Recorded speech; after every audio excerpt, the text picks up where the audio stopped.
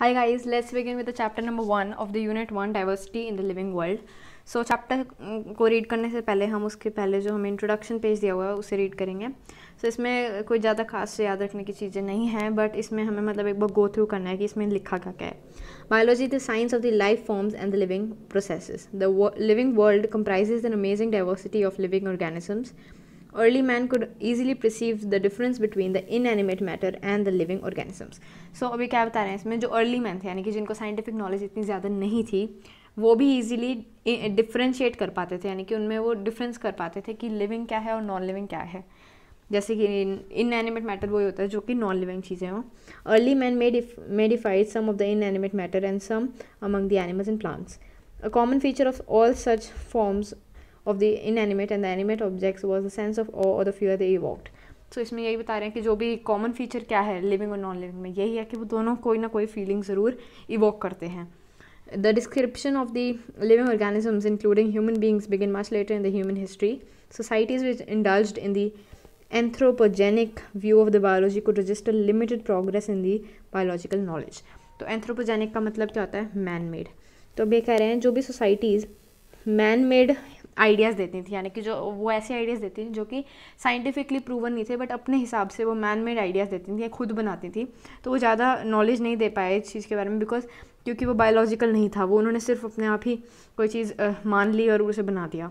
Systematic and monumental description of the life form began in out of necessity detailed systems of identification nomenclature and classification. तो अब यही कह रहे हैं कि जैसे हमने हमारे जैसे एक तो जैसे साइंटिफिक नॉलेज वगैरह बढ़ी, तो उससे ये पता चला कि हमने सारी जो चीज़ें हैं, सारे जो लिविंग चीज़ें हैं या नॉन लिविंग चीज़ें हैं, उनको अलग अलग क्लासीफाई कर दिया कि ये लिविंग में है, ये नॉन लिविंग में है.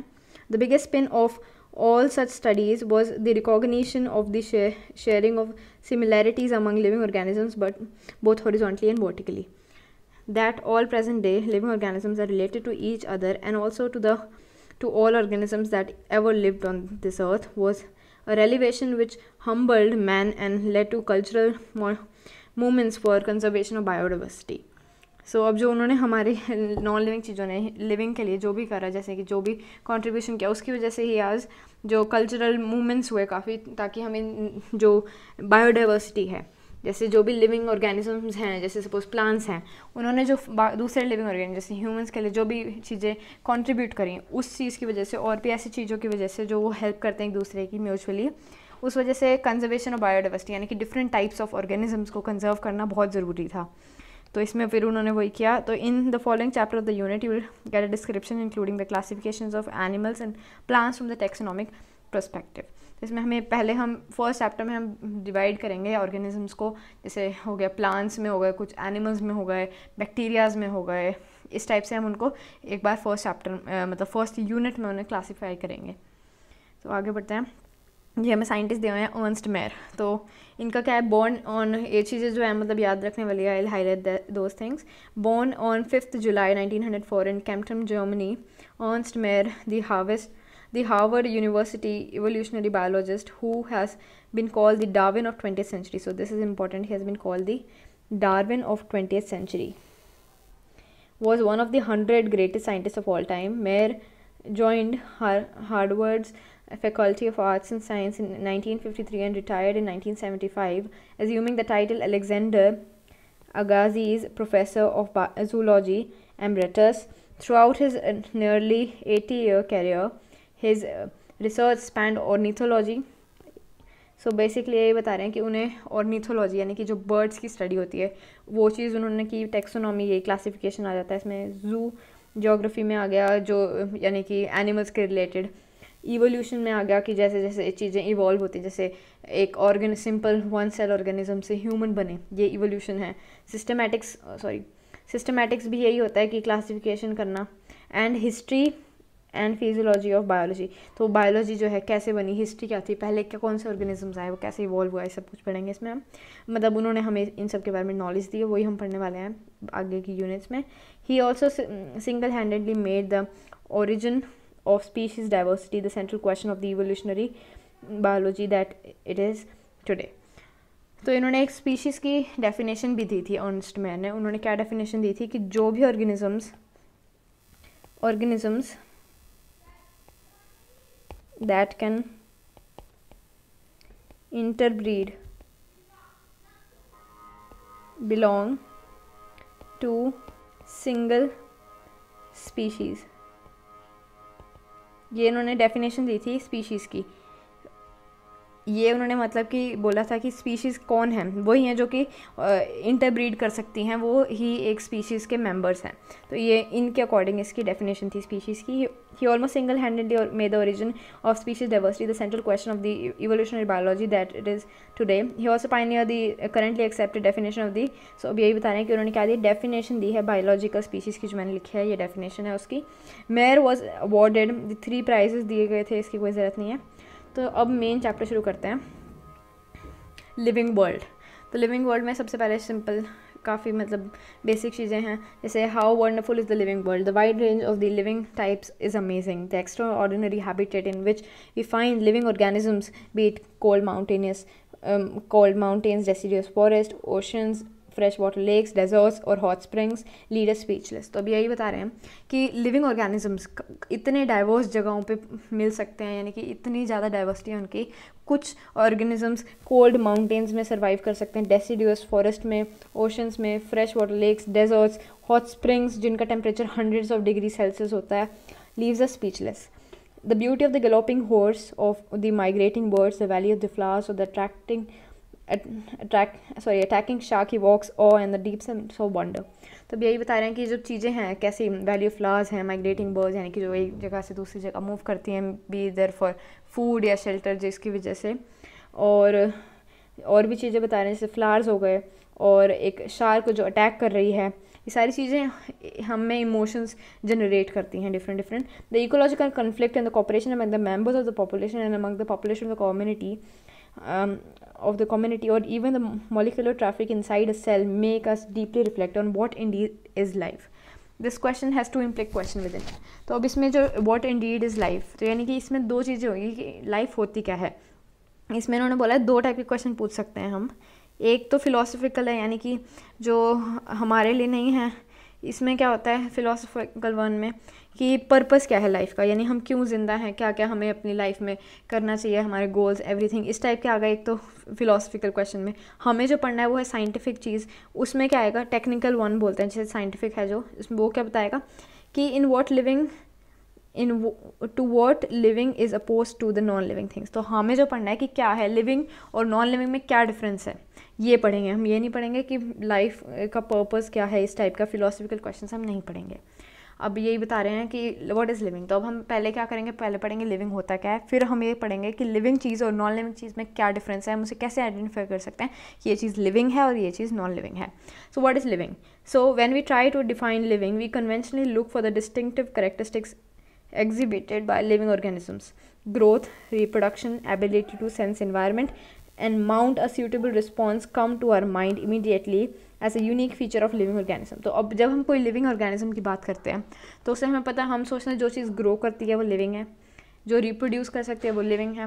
एबिलिटी टू सेंस एनवायरनमेंट, यानी कि अगर वो कोई एनवायरनमेंट कहीं पे रखी हुई है तो मतलब जो इन्वायरमेंटल चेंज होगा उसका उस पर क्या इम्पैक्ट आएगा। माउंट अ सूटेबल रिस्पॉन्स कम, यानी कि कोई भी रिस्पॉन्स करेगा वो किसी भी एक्सटर्नल स्टिमुलाई को। ये चीज़ हमारे दिमाग में आती है अगर हम लिविंग के बारे में सोचते हैं।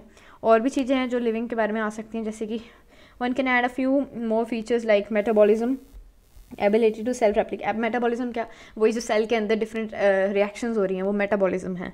एबिलिटी टू सेल्फ रेप्लिकेट वही हो गया कि अपने आप को अपने जैसा सेम बनाना, जैसे कोई सेल है उसको फिर से रेप्लिकेट करना। रेप्लिकेशन का मतलब वही हो गया कॉपिंग, यानी कि कोई चीज़ को एक सेल को कॉपी करके 2 सेल्स बनाना, ये भी हो गया ability to self replicate. Self organise, कोई जैसे कि एक सेल है उसमें कितनी सारी चीज़ें ऑर्गेनाइज हैं, ये सारी सेल्फ ऑर्गेनाइज करना है, ये सब है। उसके बाद इंटरैक्ट में आ गया, जैसे इन्वायरमेंट में जो इंट्रैक्शन कर रही है, यानी इन्वायरमेंट में जो उसका इम्पैक्ट हो रहा है। Emergence to this list. So let us try to understand each of them. अब पहले हम पढ़ेंगे ऑल लिविंग ऑर्गेनिजम्स ग्रो, ये हमें पता है। इंक्रीज इन मास, अब ये चीज़ वेरी इंपॉर्टेंट है कि increase in mass and increase in number of individuals are twin characteristics of growth. तो अब ग्रोथ का ट्विन कैरेक्टरिस्टिक्स क्या है, यानी कि ये दोनों चीज़ें म्यूचुअली सिमिलर हैं। क्या, इंक्रीज इन मास और increase in number of individual. Actually ये सिमिलर सिर्फ कौन सी यूनिसेलुलर ऑर्गेनिजम्स में, क्योंकि यूनिसेलुलर में क्या होगा, जब सपोज अमीबा है, अमीबा डिवाइड होती है जब ये रिप्रोड्यूस करता है तो ग्रो करता है, या फिर तो ग्रो करके ये 2 सेल्स में डिवाइड हो जाता है। तो यही बता रहे हैं कि इसमें क्या हुआ, पहले इसने मास बढ़ाया अपना, इतना था पहले, बड़ा हुआ काफ़ी, फिर इसने इनमें 2 में डिवाइड हो गया। यानी कि इसका क्या मतलब है, मास बढ़ना और increase in number of individual. अब 2 इंडिविजुअल हो गए मास बढ़ने से, तो ये ट्विन कैरेक्टरिस्टिक्स ऑफ ग्रोथ है। यानी कि ये दोनों ट्विन कैरेक्टरिस्टिक ऑफ ग्रोथ का क्या मतलब, एक दूसरे से सिमिलर हैं ये, पर सिर्फ और सिर्फ यूनिसेलुलर में बात सही है, यूनिसेलुलर ऑर्गेनिजम्स, क्योंकि मल्टीसेलुलर ऑर्गेनिजम्स ऐसे डिवाइड नहीं करते हैं, वो और सेल्स बनाते हैं। आगे बढ़ते हैं। Multicellular organisms grow by cell division. तो वही पता है हमें, सेल डिवीजन से मल्टीसेलुलर ऑर्गेनिज्म ग्रो करता है। प्लांट्स जो है वो ग्रो करते हैं ग्रो बाय सेल डिवीजन। अब पर प्लांट्स एंड एनिमल्स में फ़र्क क्या है, एनिमल्स एक लिमिटेड एज तक ग्रो करते हैं। जैसे सपोज ह्यूमंस की बात करें तो ह्यूमंस की ग्रोथ अबाउट मान लो 18-20 ईयर्स तक होती है। तो मतलब बाकी ग्रोथ अलग है, सपोज कोई टिश्यूज़ वगैरह को रिप्लेस करना है, कोई डेड हो गया तो वो ग्रोथ में चलो वो बात अलग है। पर normal growth, suppose growth in height की बात करें तो 18 to 20 ईयर्स के बीच में होती है, तक होती है, आई मीन, तो उनकी लिमिटेड ग्रोथ होती है। पर जो प्लांट्स हैं वो continuously throughout the life span grow ही करते रहते हैं। In animals this growth is seen only up to a certain age. However, cell division occurs in certain tissues to replace the lost cells। तो अब यही बता रहे हैं कि एनिमल्स में ग्रोथ थ्रू आउट लाइफ तो नहीं होती, पर अगर कोई टिश्यू हो गया, डैमेज हो गया किसी वजह से, तो वो रिप्लेस हो सकता है। Unicellular organisms also grow by cell division. One can easily observe this in vitro culture by simply counting the number of the cells under the microscope. तो अब अगर हमें सेल डिवीजन देखनी है यूनिसेलुलर ऑर्गेनिज्म में, तो हम क्या कर सकते हैं, माइक्रोस्कोप के अंदर देख सकते हैं कि इतनी देर में कितनी सेल्स नई बन गई हैं। In majority of the higher animals and plants growth and reproduction are mutually exclusive. अभी क्या बोल रहे हैं कि अगर हायर ऑर्गेनिजम्स की बात करें, ग्रोथ और रिप्रोडक्शन म्यूचुअली एक्सक्लूसिव है। एक्सक्लूसिव का मतलब डिफरेंट। जैसे कि मैंने बताया था यूनिसेलुलर ऑर्गेनिज्म है, उसमें क्या है, ग्रोथ हुई, ग्रोथ और डिवीजन हो गई, यानी ग्रोथ से ही रिप्रोडक्शन, ग्रोथ की वजह से रिप्रोडक्शन हो गया, तो यानी कि इंक्लूसिव हुए। यूनिसेलुलर में ये दोनों इंक्लूसिव हुआ क्योंकि ये दोनों सेम चीज़ें हैं। पर अगर हम मल्टी सेलुलर की बात करें तो ये चीज़ें एक्सक्लूसिव हैं, क्योंकि ग्रोथ अलग है और रिप्रोडक्शन अलग है। सपोज हाइट बढ़ रही है, this is growth, this is not reproduction, so these are mutually exclusive things. आगे, one must remember that the increase in the body mass is considered as growth. तो अगर हम जैसे बॉडी मास में increase देखें तो वो क्या है, ग्रोथ है। नॉन लिविंग ऑब्जेक्ट्स हैं वो भी ग्रो करते हैं if we take the increase in body mass as the criteria of growth. तो अगर नॉन लिविंग थिंग्स हैं, अगर हम क्राइटेरिया कह लें बॉडी मास का इंक्रीज होना, जैसे सपोज एक माउंटेन है, माउंटेन पे सैंड डिपॉजिट होती रहती है तो माउंटेन बड़ा होता रहता है, इस हिसाब से तो नॉन लिविंग चीज़ भी ग्रो कर रही है। तो अगर यही कह रहे हैं, अगर हम क्या देखें, अगर हम इसको क्राइटेरिया लें कि बॉडी मास का बढ़ना ग्रोथ है, तो फिर तो नॉन लिविंग चीज़ें भी ग्रो करती हैं। जैसे इन्होंने बोला mountains, boulders, sand moulds do grow, क्योंकि उन पर डिपोजिशन होती रहती है बाहर से, तो ग्रोथ हो रही है।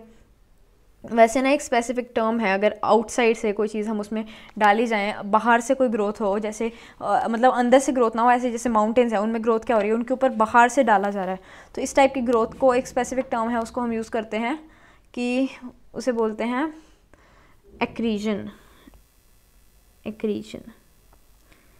बोलते हैं इसे, जो कि आउटसाइड से ग्रोथ हो रही है, अंदर से नहीं हो रही है। However, this kind of growth exhibited by the non-living thing is by accumulation of the matter। तो accumulation matter से जो growth होती है वो accretion हो गई। In the living organism growth जो है वो inside से, अब inside से growth होने की भी एक term है वैसे, interception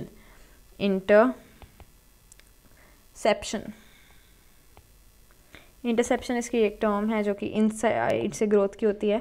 growth therefore cannot be taken as defining property of the living organisms। अब इसलिए हम इसको defining properties नहीं ले सकते हैं, क्योंकि growth जो है और reproduction जो है, मतलब growth है living organisms में भी होती है और नॉन लिविंग में भी होती है। अगर हम देखें ऐसे बाहर से मास डिपॉजिट होना, इसलिए हम उसको एक डिफाइनिंग फीचर नहीं ले सकते कि ये सिर्फ लिविंग में ही होती है, ऐसा नहीं है। Conditions under which it can be observed in all the living organisms have to be explained, and then we understand that it is a characteristic of living organisms। A dead organism does not grow। उसके बाद है reproduction likewise is characteristics of living organism। जैसे हमने growth पढ़ा अभी, अब आया reproduction भी एक growth ही है, living organisms की चीज़ें हैं। जैसे कि इन हायर ऑर्गेनिजम्स जो रिप्रोडक्शन है रेफर्स टू प्रोडक्शन। अब हायर ऑर्गेनिजम्स की बात करें, जैसे एनिमल्स की बात करें, तो उसमें क्या है कि जो रिप्रोडक्शन वो क्या है, रिप्रोडक्शन क्या होता है कि अगर एक ऑर्गेनिज्म से नए ऑर्गेनिजम्स बने, प्रोजेनी का मतलब नए ऑर्गेनिज्म, सपोज एक पेरेंट सेल से डॉटर सेल्स बनी, डॉटर ऑर्गेनिजम्स बने सपोज, तो ये क्या है, ये भी रिप्रोडक्शन ही है। ये किस में है, पर ये यूनिसेलुलर में है। अब जैसे ह्यूमंस में रिप्रोडक्शन यानी ह्यूमंस में प्रोजेनी का बनना, ये क्या होगा, एक रिप्रोडक्शन हो गया। सो इन वेरिएबली और implicitly we refer to sexual reproduction. अभी क्या बोल रहे हैं इन्होंने, ऊपर वाली लाइन के लिखी है कि अगर हम रिप्रोडक्शन की बात करें तो हमारे दिमाग में यही आता है कि क्या कि जो ऑफस्प्रिंग्स बने हैं, जो चिल्ड्रन हैं, वो क्या हैं, अपने पेरेंट्स से कुछ चीज़ों में सिमिलर हैं, कुछ में डिसिमिलर, यानी उनमें कोई वेरिएशन है, कुछ अलग चीज़ें हैं। तो ये अलग जो है वेरिएशन सिर्फ सेक्सुअल रिप्रोडक्शन में आता है। क्यों? क्योंकि सेक्सुअल रिप्रोडक्शन में 2 पेरेंट्स इन्वॉल्व होते हैं, तो दोनों के जो मतलब दोनों की प्रॉपर्टीज़ उस ऑफस्प्रिंग में आएगी। पर अगर एसेक्सुअल रिप्रोडक्शन की बात करें, उसमें सिंगल पेरेंट इन्वॉल्व होता है, जिसकी वजह से उसमें वेरिएशंस नहीं आएगी। तो organisms reproduce by asexual means also, जैसे फंजाई। अभी एग्जांपल्स है वेरी इंपॉर्टेंट, ये नीट में भी काफ़ी बार पूछा जा चुका है कि जो फंजाई है वो multiply and spread easily by due to millions of asexual spores they produce. अब ये हमें इधर एग्जांपल्स देंगे एसेक्सुअल रिप्रोडक्शन के।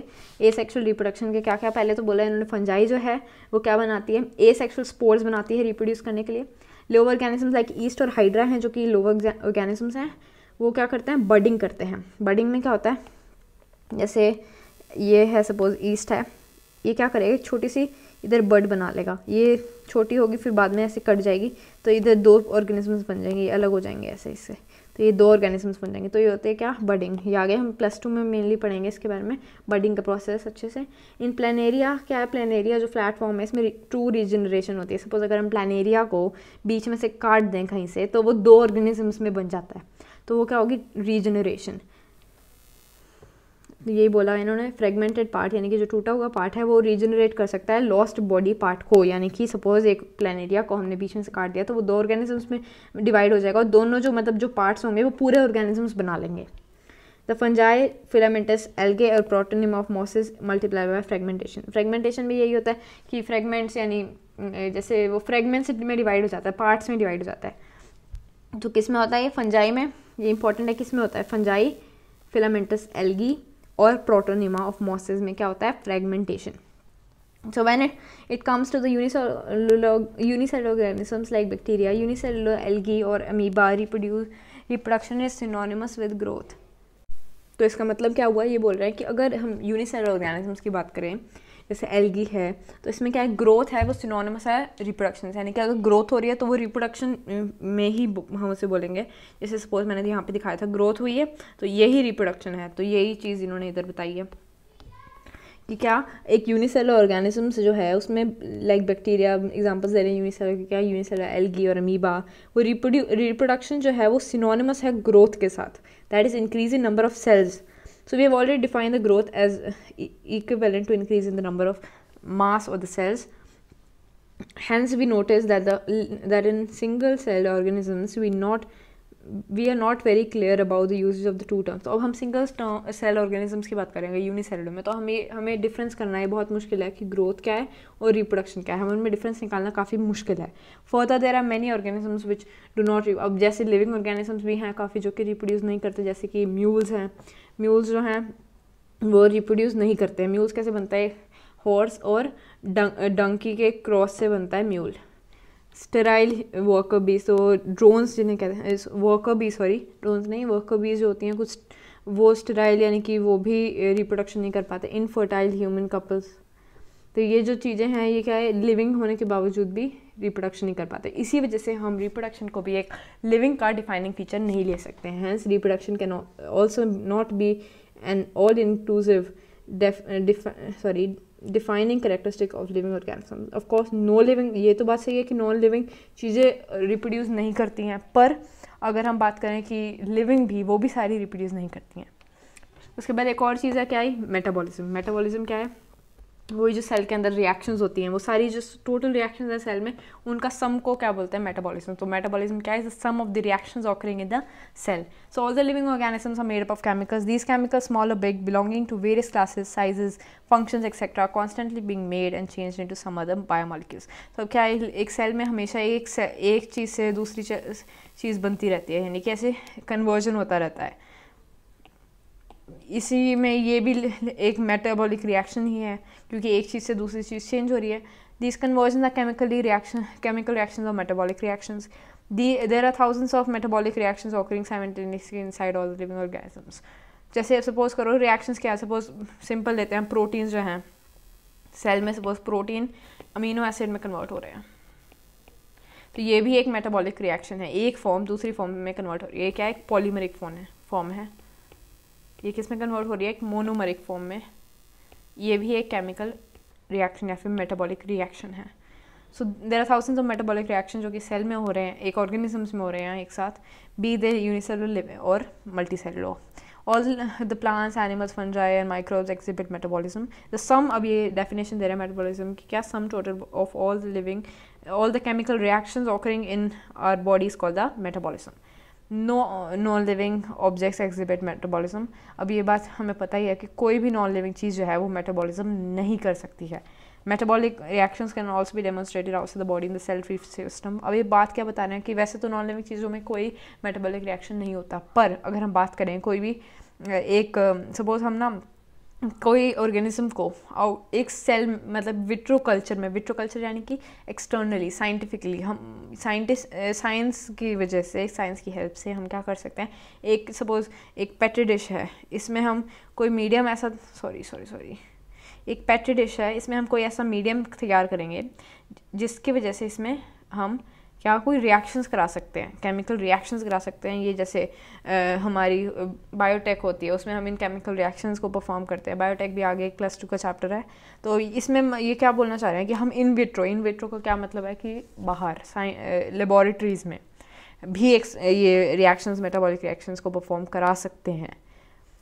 पर अब हमें ये कन्फ्यूजन होगी कि हम उन्हें लिविंग रिएक्शन कहें कि या नॉन लिविंग, क्योंकि है तो वो मेटाबॉलिक रिएक्शन ही। अब हमने मेटाबॉलिक चीज़ें देखी हैं वो सिर्फ लिविंग में होती हैं, तो हमें ये कन्फ्यूजन है कि जो बाहर होती हैं इन विट्रो में होती हैं वो क्या होती हैं वो नीदर लिविंग है नॉर नॉन लिविंग है। अब उन्हें लिविंग भी नहीं कह सकते, नॉन लिविंग भी नहीं कह सकते।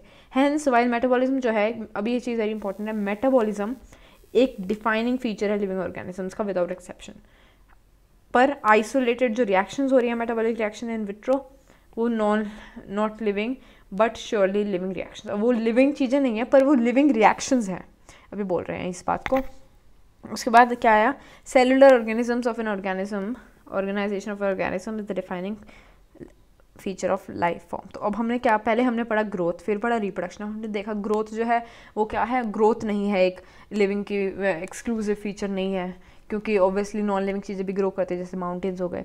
रिप्रोडक्शन की बात है, रिप्रोडक्शन भी एक एक्सक्लूसिव फीचर नहीं है लिविंग ऑर्गेनिज्म की, क्योंकि रिप्रोडक्शन भले ही सिर्फ लिविंग में होता है, नॉन लिविंग में नहीं होता। पर ऐसे काफ़ी नॉन लिविंग चीज़ें भी है जिनमें रिप्रोडक्शन नहीं होता, जैसे स्टेराइल वर्कर बीज थी, म्यूल्स थे और इनफर्टाइल ह्यूमन कपल्स थे। अब बात हमने की मेटाबॉलिज्म की। मेटाबॉलिज्म में क्या है, मेटाबॉलिक रिएक्शंस जो मेटाबॉलिज्म क्या है, सिर्फ लिविंग चीज़ों में होता है, पर जो इन विट्रो में हम मेटाबॉलिक रिएक्शंस कराते हैं वो भले ही बाहर हो रही हैं, भले ही वो नॉन लिविंग मतलब कि लिविंग ऑर्गेनिज्म में नहीं हो रही है, पर वो लिविंग रिएक्शंस हैं। इसीलिए हमसे पूछ ले कि क्या है एक डिफाइनिंग करेक्टरिस्टिक, हम फाइनल डिफाइनिंग करेक्टरिस्टिक किसको कह सकते हैं लिविंग ऑर्गेनिज्म की, उसमें मेटाबॉलिज्म या फिर सेलुलर ऑर्गेनाइजेशन आएगा। अब बात करते हैं हम नेक्स्ट क्या, कि perhaps the most obvious and the technical complicated feature of all the living organisms is the ability to sense this surroundings और environment and respond to the environment with stimuli which could be physical, chemical और biological। अभी क्या बोल रहे हैं, एक और feature है डिफाइनिंग लिविंग ऑर्गेनिज्म का, क्या कि वो एक्सटर्नल स्टिमुलस को रिस्पॉन्ड कर सकते हैं। सपोज कोई भी इन्वायरमेंट में चेंज है तो वो उसको रिस्पॉन्ड कर सकते हैं। जैसे कि सपोज अगर हम कहें कि प्लांट्स जो हैं वो तो मूव ही नहीं करते, वो कैसे रिस्पॉन्ड कर देंगे, प्लांट्स भी रिस्पॉन्ड करते हैं। जैसे आपने सनफ्लावर देखा, अगर वो सन की तरफ उसका फेस हो जाता है, वो किस वजह से होता है, वो भी उसके अंदर हार्मोन्स होते हैं, पीजीआरस होते हैं, उसकी वजह से क्या होता है, वो इंटरेक्ट करता है इन्वायरमेंट के साथ। इन्वायरमेंट की जैसे सन की तरफ उसका फेस हो जाता है, किसका, सनफ्लावर का। तो यानी कि प्लांट्स भी करते हैं। तो हर ऑर्गेनिज्म जो है वो इन्वायरमेंट को सेंस करता है और वो जो एक्सटर्नल स्टिमुलाई है इन्वायरमेंट का उसको रिस्पॉन्ड भी करता है। We sense our environment through our sense organs. Plant respond to the external factors like light, water, temperature, or other organisms, pollutant, etc. All the living organisms from the prokaryotic to the most complex eukaryotic can sense and respond to the environmental cues. Photo period, ये बहुत important line है। जो photo period है effect करता है reproduction and seasonal breeders. तो photo period क्या होता है? Photo period actually again 4th unit में आएगा। फोटो पीरियडिज्म एक फिनोमिना है कि हम ना एक प्लांट है, प्लांट को कैसी लाइट दे रहे हैं। 2 लाइट्स होती हैं। अगर हम ज़्यादा देर लाइट दें, स्पेसिफिक टाइम होता है उससे ज़्यादा देर लाइट देते हैं। कुछ प्लांट्स को ज़्यादा लाइट चाहिए होती है, कुछ को कम चाहिए होती है। मतलब वो सीजनल, वो क्या करता है, affects the reproduction in seasonal breeder. Seasonal breeder क्या होता है? वो प्लांट्स जो सीजनली ब्रीड करते हैं, यानी सीजनली वो फ्लावरिंग करते हैं। उनको फोटो पीरियडिज्म यही होगा कि लाइट का, यानी कि लाइट की ड्यूरेशन हो गई, तो वो भी इफेक्ट करता है सीजनल ब्रीडर्स को। ठीक है, उनके रिप्रोडक्शन को इफेक्ट करता है सीजनल ब्रीडर को। कौन? Photo period. तो इसके बेसिक हम मेन चीज़ें तो 4th यूनिट में ही पढ़ेंगे। एक बार ये चीज़ याद रखनी है। बोथ एनिमल, उसके बाद all organisms handle chemical entering the body. All the organisms therefore are aware of the surrounding. अब इसमें बात क्या कह रहे हैं? अब ये तो हमें पता चल गया कि सारे ऑर्गेनिज्म जो है सराउंडिंग के बारे में अवेयर हैं। पर एक और चीज़ है कि जो ह्यूमन बींग्स हैं उनके पास एक एक्स्ट्रा प्रॉपर्टी है, दैट इज़ सेल्फ कॉन्शियसनेस। हम सेल्फ कॉन्शियस भी हैं, हमें अपने बारे में पता है कि हमें ये करना चाहिए, हमें ये नहीं करना चाहिए। तो हमारे अंदर एक स्पेशल फीचर है, क्या है? Self consciousness. तो अभी इसके बाद क्या बता रहे हैं? टोटली जो कॉन्शियसनेस है, इसलिए हम उसको कह सकते हैं डिफाइनिंग फीचर लिविंग ऑर्गेनिजम्स का। क्यों? क्योंकि सिर्फ ये लिविंग ऑर्गेनिजम्स में ही होता है। So when it comes to the living beings, it is more difficult to define the living state. We observe patients time. अब हमारे ह्यूमंस की बात करें तो हमारे लिए बहुत डिफिकल्ट है बताना कि क्या लिविंग है को क्या नॉन लिविंग। अगर हम बात करें पेशेंट्स जो हैं वो कोमा में हैं सपोज, तो उनका क्या है? उनके कोई लंग्स काम नहीं कर रहे, हार्ट काम नहीं कर रहे, हमने उन्हें मशीन से लंग्स और हार्ट का काम करा रहे हैं हमने। तो अब वो चीज़ें हैं, उनको कोई सेल्फ कॉन्शियसनेस नहीं है। उनके वो ब्रेन डेड है, यानी कि उनके ब्रेन में कोई प्रॉपर स्टिमुलस नहीं दे रहा ब्रेन कि अब तुम्हें ये करना है, ये करना है। इसीलिए वो क्या है? No self consciousness. अब हम इन लोगों को जो कोमा में है इन्हें लिविंग कहेंगे या नॉन लिविंग? तो again it's very like kind of a question which can not be answered. In the higher classes you will come to know that all the living phenomena are due to underlying interaction। तो अब हम बात करें, ये बोल रहे हैं कि हायर क्लासेस में हम क्या पढ़ेंगे कि जो भी चीज़ लिविंग ऑर्गेनिजम्स में हो रही है वो किस वजह से है? अंडरलाइंग इंट्रैक्शन की वजह से। कोई भी ऐसी चीज़ नहीं है कि सपोज वो एक ऑर्गेनिजम्स में अंदर से थी, ऐसा कुछ नहीं है। यानी कि सपोज कोई प्रोटीन है, प्रोटीन का कुछ काम नहीं है, हमें उससे सपोज़ ये नहीं कहेंगे, रुको, इसका मैं ये बताना चाह रही हूँ कि सपोज़ कोई भी चीज़ है सेल में, सपोज़ कोई ऑर्गेनेली है, सपोज़ माइटोकॉन्ड्रिया है। अब माइटोकॉन्ड्रिया कुछ नहीं है, पर माइटोकॉन्ड्रिया की वजह से जो चीज़ें हो रही हैं, जैसे वही बोल रहा है कि अंडरलाइंग इंट्रैक्शन, जो माइटोकॉन्ड्रिया जो वो इंट्रैक्शंस कर रहा है उसकी वजह से उसकी प्रॉपर्टीज़ हैं। माइटोकॉन्ड्रिया क्या कर रहा है? माइटोकॉन्ड्रिया क्या बोलते हैं उसको? Power house of the cell. तो क्या ATP की प्रोडक्शन करता है। ATP की प्रोडक्शन को बोलते हैं फॉस्फोराइलेशन। तो अब वो ATP की प्रोडक्शन कर रहा है, तो जिस वजह से वो खुद कुछ नहीं है माइटोकॉन्ड्रिया, पर उसके अंदर जो इंट्रैक्शंस हो रही हैं, जैसे कि वो ऐसी चीज़ें प्रोड्यूस कर रहा है जिसकी वजह से वो ATP की फॉर्मेशन हो रही है, हेल्प कर रहा है ATP की फॉर्मेशन को। वो क्या है? वो उसकी प्रॉपर्टी बता रही है। Properties of the tissue are not present in the constituent cell. तो जो प्रॉपर्टीज हैं टिश्यू की वो कोई सेल के अंदर ऐसे प्रेजेंट नहीं है कि भाई ये कोई सेल है और ये फंक्शन करती है, तो ऐसा कोई ये नहीं है कि उसके ऊपर टैग लगा हुआ है कि ये काम करती है। पर उसके अंदर जो इंट्रैक्शंस हो रही हैं, जो वो चीज़ें प्रोड्यूस कर रही है, उसकी वजह से उसकी प्रॉपर्टीज डिफाइंड हैं। Similarly, the properties of the cellular organelle are not present in the molecular constituents of the living organism, but arise as a result of the interaction among the organism. तो अब उसके अंदर के interactions की वजह से बन रहा है उसमें क्या कि वो उसकी क्या property है। This interaction result in the emergent properties at a higher level of organization. तो अब ये क्या है? इन जो इंट्रैक्शंस की वजह से ये पता लगता है कि वो ऑर्गेनिज्म जो है वो हायर लेवल पे उसका मेन क्या, मतलब उस सेल का या फिर कोई भी चीज़ है उसका क्या फंक्शन है, वो इंट्रैक्शन की वजह से पता चलता है। This phenomena is true in the hierarchy of the organisational complexity of at all levels. Therefore we can say that the living organisms जो है अब हमें क्या बोल सकते हैं फाइनली कि लिविंग ऑर्गेनिज्म क्या है? सेल्फ रेप्लिकेटिंग है, इवॉल्विंग है, सेल्फ रेगुलेटिंग इंटरेक्टिव सिस्टम है, जो कि कैपेबल क्या है? एक्सटर्नल स्टिमुलाई को रिस्पॉन्स करने का, यानी कि उसकी एबिलिटी है वो कि एक्सटर्नल स्टिमुलस को रिस्पॉन्ड कर सके। Biology the story of life. Biology क्या है? Story of life on earth है कि लाइफ कैसे आई। Story of evolution of living organism. अब लिविंग ऑर्गेनिजम्स कैसे बने, एक सिंगल सेल ऑर्गेनिज्म से हायर ऑर्गेनिजम्स ह्यूमंस जो हैं वो कैसे बने, वो इवोल्यूशन के बारे में पढ़ते हैं बायोलॉजी में हम। All the living organisms present past to future link to one another by sharing common genetic material but varying to various degrees. तो अब जब कोई भी सिंगल सेल ऑर्गेनिज्म है ना और हम में कोई ना कोई जेनेटिक सिमिलैरिटी है ही है, भले ही काफ़ी ज़्यादा वेरिएशन हो, वेरिंग डिग्रीज हैं, काफ़ी फ़र्क भी है, पर काफ़ी ज़्यादा सिमिलैरिटीज़ भी हैं। आगे बढ़ते हैं, डाइवर्सिटी इन लिविंग वर्ल्ड। सो अब हम बात करेंगे, if you look around you will see that जो लार्ज वेराइटीज़ ऑफ, अब हम अपने आसपास देखें तो बहुत सारी लिविंग ऑर्गेनिजम्स की वेराइटीज़ हैं।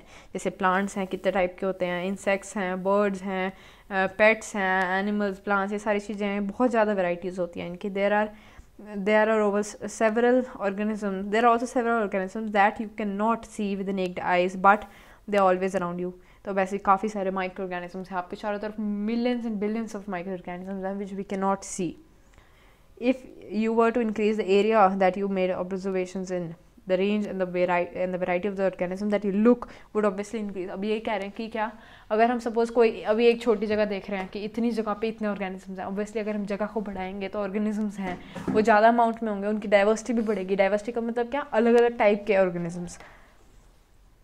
सो obviously if you were to visit a dense forest, तो हमें काफ़ी ज़्यादा, अब सपोज़ यही बात होगी क्या, अगर हम सपोज़ एक डेंस फॉरेस्ट में जाए तो हमें कितनी ज़्यादा डाइवर्सिटी मिलेगी लिविंग ऑर्गेनिजम्स की, कितने ज़्यादा डिफरेंट टाइप्स के होंगे, चाहे बर्ड्स की बात हो गई, चाहे प्लांट्स की बात हो रहे हो, कुछ भी. So in each different kinds of plants, animals, organisms that you see present represent a species. अब जो सारी चीज़ें हैं जो भी चारों तरफ हमारे हैं वो सारी एक स्पीशीज़ हैं, डिफरेंट टाइप्स की species. Okay, the number of the species that, अब हमें जितनी आज तक पता है मेनली ये अप्रॉक्सीमेटली है 1.7 to 1.8 मिलियन टाइप की स्पीशीज़ हैं, यानी इतने अलग अलग टाइप के ऑर्गेनिजम्स हैं, इतनी बायोडाइवर्सिटी है हमारे चारों तरफ.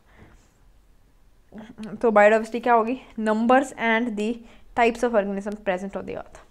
ठीक है, so we should remember here that as we explore new areas and the even the old ones, new organisms are continuously being identified. अब जैसे हम क्या नए नए एरियाज को क्या कर रहे हैं, एक्सप्लोर कर रहे हैं, या फिर हम इवन द ऑड वंस, तो अब हम जैसे नई नई जगहों को एक्सप्लोर कर रहे हैं तो हमें काफ़ी ज़्यादा नई और डाइवर्सिटी मिली है जो कि आज तक डिस्कवर नहीं थी. इसलिए जो डाटा है ये 1.7 to 1.8 मिलियन ये बढ़ता जा रहा है. पर फिलहाल अगर क्वेश्चन आता है तो हमें यही याद रखना है कि 1.7 से 1.8 मिलियन है हमारी बायोडाइवर्सिटी. ये काफ़ी इंपॉर्टेंट क्वेश्चन है. आगे बढ़ते हैं. As stated earlier there are millions of plants and animals in the world. We know that the plants and animals in our own area by their local names. अब हमें तो हमारे जो आसपास वाले ऑर्गेनिजम्स हैं जैसे प्लांट्स हैं उनके लोकल नेम्स से पता है. जैसे हम सपोज टच मी नॉट नहीं, हम जैसे सपोज मिमोसा प्यूडिका है जो कि हम उसको कॉमन नेम्स जानते हैं, कौन सा, रात की रानी.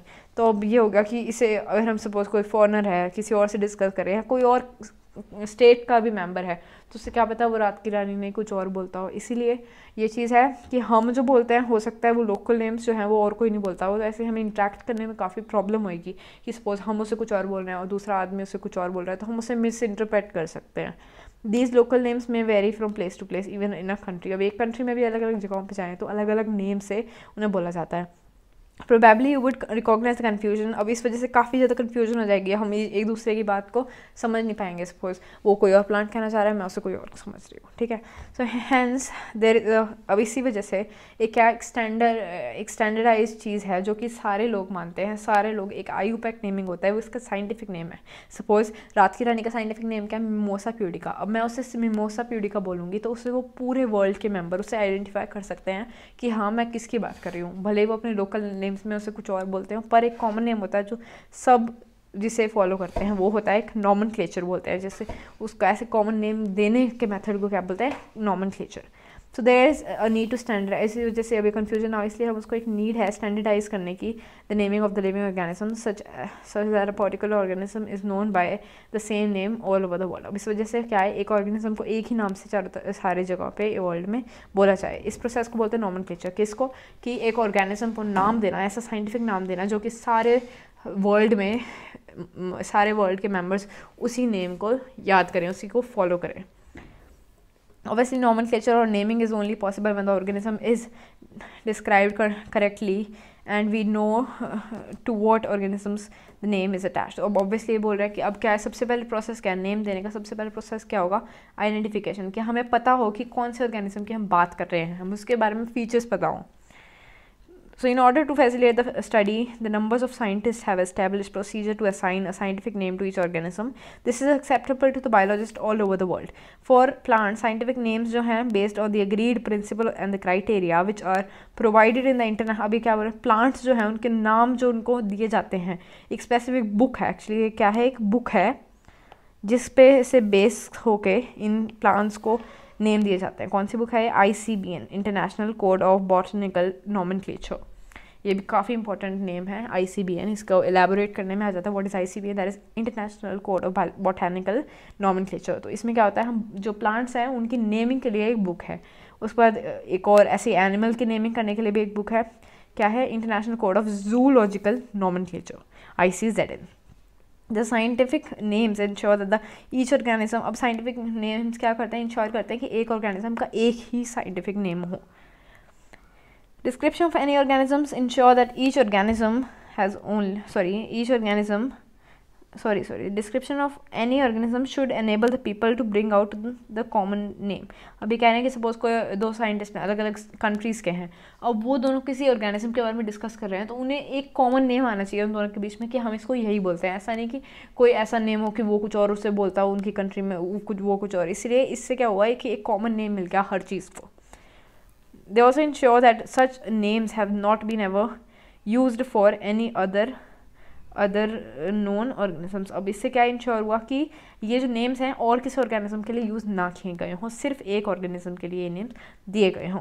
बायोलॉजिस्ट जो है फॉलो करते हैं universally accepted principle to provide the scientific names. अब बायोलॉजिकल नेम्स देने में हमेशा बायोलॉजिकल नेम है उसके दो कॉम्पोनेंट होता है, आपने देखा होगा। सपोज वही अगर सपोज मैंने रात की रानी का एग्जाम्पल दिया था, क्या, मिमोसा प्यूडिका, सो तो दो नाम हुए, मिमोसा पहले फिर pudica.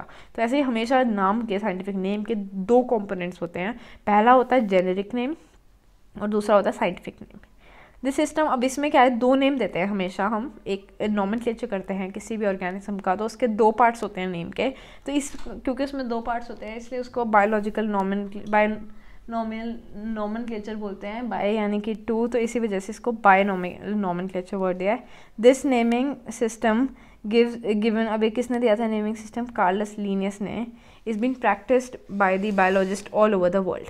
This naming system using the two word format was found convenient. So let us take an example of mango. So mango, to understand the way providing scientific names better. The scientific names of mango is written as Magnifera indica. तो scientific name जो mango का क्या है वो है Magnifera indica. अब Magnifera indica दो words है ना इसमें, इसलिए क्या बोलते थे हम इसको बायोनोमेनक्लेचर, क्योंकि इसमें क्या है दो words है। Let us see how it is a binomial name. So in this name जो मैग्नीफेरा जो पहला वर्ड है एक हमेशा जीनस दिखाता है, दूसरा वर्ड इंडिका हमेशा स्पीशीज़ दिखाता है। तो दो चीज़ें होती है, स्पेसिफिक एपिथेट दिखाता है। पहला वर्ड हमेशा क्या दिखाएगा, पहला वर्ड क्या दिखाएगा, जीनस, दूसरा वर्ड क्या दिखाएगा, उसका स्पेसिफिक एपिथेट, दूसरा वर्ड उसका स्पेसिफिक एपिथेट दिखाएगा, पहला जीनस। सो अब ये चार रूल्स दिए हुए हैं हमें नॉमेनक्लेचर करने के, चार एक बेसिक रूल्स हैं जो कि फॉलो होते हैं। बायोलॉजिकल नेम जो है वो हमेशा लेटिन से डिराइव किया जाता है। मतलब लेटिन से क्यों किया जाता है, क्योंकि लेटिन एक डेड लैंग्वेज है, डेड लैंग्वेज यानी कि यूज़ नहीं की जाती है नॉर्मली, डेड लैंग्वेज यानी कि नॉर्मली जो यूज में नहीं है। इस वजह से, क्योंकि जो सपोज इंग्लिश है, इंग्लिश से नाम क्यों नहीं रखे जाते, क्योंकि जो इंग्लिश लैंग्वेज है वो लगातार चेंज होते रहते हैं उसके नेम्स, जैसे कोई भी चीज़ है हम उसके बार बार चेंज करते रहते हैं। पर जो डेड लैंग्वेज है, क्योंकि उससे कोई बोलता ही नहीं तो उसमें कोई चेंजेस ही नहीं आएंगे, इस वजह से हम डेड लैंग्वेज इसको यूज़ करें, जैसे लेटिन है। तो फिर हम बायोलॉजिकल नेम्स जो हैं वो क्या है, जर्नली लेटिन में लिखे जाते हैं, लेटिन से डिराइव किए जाते हैं, और रिटर्न इन इटैलिक्स, तो हमेशा इनको इटैलिक्स में लिखा जाता है। अगर हम जैसे प्रिंटेड फॉर्म देखें तो हमेशा ही इटैलिक्स में प्रिंटेड होते हैं। दे आर लेटिनाइज्ड और derived from italic irrespective of the origin. तो हमेशा लेटिनाइज्ड यानी लेटिन से डिराइव्ड होते हैं और हमेशा इटैलिक्स में लिखे जाते हैं अगर प्रिंटेड हों। सो इन अब फर्स्ट वर्ड हमेशा जीनस दिखाता है, सेकेंड वर्ड हमेशा स्पेसिफिक एपिथेट दिखाता है। बोथ जो वर्ड्स हैं both the words in the biological name जो है अगर उन्हें हैंड रिटन हो तो वो separately underline. Suppose Mangifera indica लिख रही हूँ जैसे, सॉरी,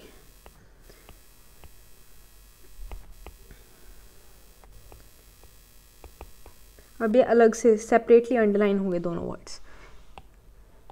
अब फोर्थ पॉइंट यही दे रहे हैं कि जो हमेशा जीनस है वो कैपिटल लेटर से शुरू होगा और जो स्पेसिफिक एपिथेट है ये स्मॉल लेटर से शुरू होगा। Name of the author appears after the specific epithet.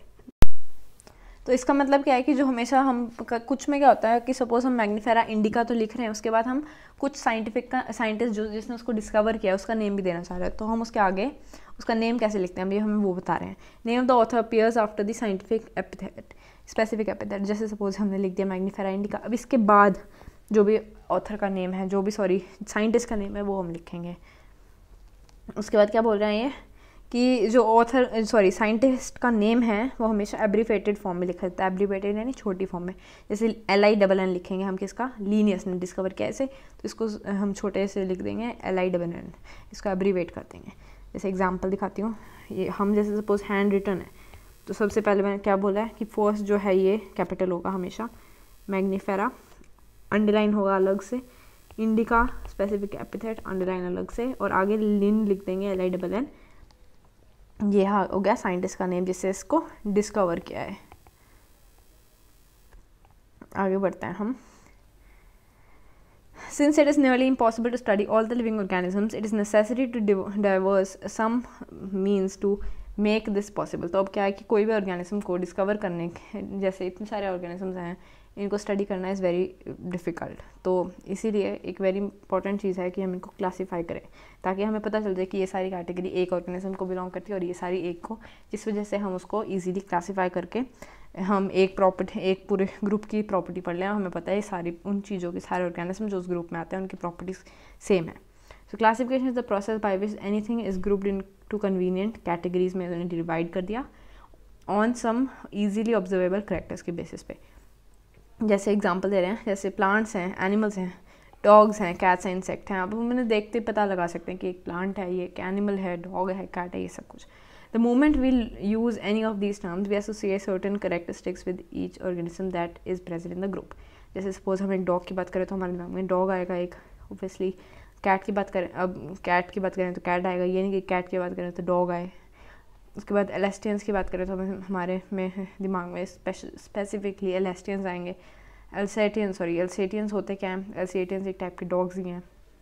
अभी बोल रहे हैं मैमल्स की बात करें तो हमारे दिमाग में मैमल्स के फीचर्स आएंगे, क्या एक्सटर्नल ईयर्स होते हैं, बॉडी हेयर्स होता है मैमल्स में, हम उससे कोरिलेट करेंगे। वीट की बात करें तो वीट के बारे में दिमाग में आएगा, जैसे cat, mammal, wheat, rice, plant, animal, ये सारी चीज़ें हैं जिनको अलग अलग कैटेगरीज हैं ये डिवाइड करने की। इन कैटेगरीज को क्या बोलते हैं अब इन कैटेगरीज को साइंटिफिक नहीं हम क्या बोलते हैं, टेक्सा बोलते हैं। Hence you must recognize that the taxa can indicate categories at different level। जैसे प्लांट है वो भी एक कैटेगरी है, वीट भी एक टेक्सा है, प्लांट भी एक टेक्सा है, वीट भी टेक्सा है, एनिमल्स, मैमल्स, डॉग, ये सारे टेक्सा हैं पर अलग अलग लेवल के हैं। सबसे ऊपर जैसे एनिमल आ गया, एनिमल को डिवाइड करके एनिमल्स को डिवाइड करते हैं ना, उसमें मैमल्स आ गए, मैमल्स को फिर डॉग्स आ गए मैमल्स के अंदर। तो ऐसे ही क्या है, ये सारे हैं तो टेक्सा ही हैं, तो कैटेगरीज पर अलग अलग लेवल के। जैसे सबसे हाई आ गया एनिमल्स, फिर उससे नीचे आ गया मैमल, फिर आ गया उससे नीचे डॉग। तो अब बात करते हैं hence based on the characteristics all the living organisms जो है उन्हें क्लासीफाई कर सकते हैं डिफरेंट टेक्सा में। हर चीज़ को हम टेक्सा में डिवाइड कर सकते हैं। इस प्रोसेस को टेक्सा में डिफरेंट डिवाइड करने वाले प्रोसेस को क्या बोलते हैं, taxonomy. External and internal structures along with the structure of cell develop. अब इसमें क्या क्या चीज़ आती है टेक्सोनॉमिक स्टडी के लिए, आजकल हम क्या यूज़ करते हैं, एक्सटर्नल फीचर्स यूज़ करते हैं। ऑर्गेनिज्म की इंटरनल स्ट्रक्चर भी पता होना चाहिए, सेल्स के अंदर क्या स्ट्रक्चर है, क्या क्या चीज़ें हैं, और डेवलपमेंटल प्रोसेस क्या है। Ecological information of organisms are essential and form the basis of modern taxonomic studies. अब ये 4 चीज़ें हैं जो कि एक हमेशा टेक्सोनॉमी में इंपॉर्टेंट होती है। टेक्सोनॉमी करने के लिए इन 4 चीज़ों की ज़रूरत है। सबसे पहले क्या है, अभी इनका सीक्वेंस भी याद रखना है। पहले क्या, करेक्टराइजेशन, आइडेंटिफिकेशन, क्लासिफिकेशन, नॉमेनक्लेचर। अब सपोज करो एक चीज़ है, सपोज एक प्लांट है, ठीक है, सपोज एक प्लांट है, सपोज एक ट्री है, ओके ट्री है। सबसे पहले हम इसको देख रहे हैं, हम इसकी करेक्टरिस्टिक्स देख रहे हैं, क्या इसकी रूट्स हैं, पहले इसको हम करेक्टराइज कर रहे हैं, रूट्स हैं, ठीक है, इसकी स्टेम है, लीव्स हैं, पहले हम इसको करेक्टराइज कर रहे हैं, इसमें क्या क्या चीज़ें हैं, ठीक है, ये पहला हो गया करेक्टराइजेशन। फिर हम इसको आइडेंटिफाई करें, हाँ भाई ये रूट्स, स्टेम, लीफ, ये तो एक प्लांट के अंदर होती है, हम इसको फिर क्या करें, आइडेंटिफाई। फिर हम इसको क्लासीफाई कर रहे हैं, क्लासीफाई में क्या हो गया कि ये प्लांट के अंदर होता है, यानी हम इसको क्लासीफाई कर रहे हैं प्लांट में।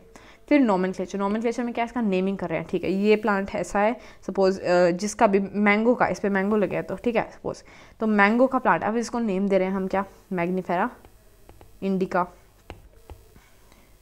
ठीक है। तो अब 4 चीज़ें हो गई, क्या, पहले करेक्टराइजेशन, पहले हमने देखा कि क्या है इसमें, रूट्स हैं, स्टेम है, लीव्स हैं, फिर हम इसको आइडेंटिफाई किया कि हाँ ये सब किस में होता है, प्लांट्स को बिलोंग करते हैं। फिर हमने क्या किया, क्लासिफिकेशन किया इसका कि भाई क्या है, एक हमने एक प्रॉपर कैटेगरी प्लांट्स में से रख दिया।